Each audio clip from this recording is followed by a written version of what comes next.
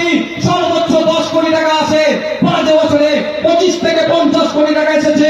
কিন্তু যারা লুট করেছে তাদের বলবো, লুট করে বসিরহাট শহরে আপনি ফ্ল্যাট কিনতে পারেন, হাইওয়ে দ্বারা আপনি জমি কিনতে পারেন, বারাসাতে ফ্ল্যাট কিনতে পারেন, 34 নম্বর জাতীয় সড়কের উপরে জমি কিনেছেন, যা করছেন করুন।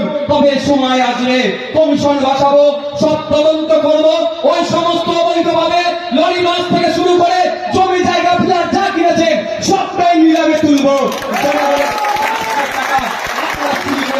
ওগুলোকে আপনারা বানিয়েছেন, নিলামে তুলে ওটা আবার কোষাগারে জমা দিয়ে জনগণের টাকাকে আবার জনগণের কোষাগারে জমা করে ও টাকা আবার জনগণের স্বার্থে খরচ করব।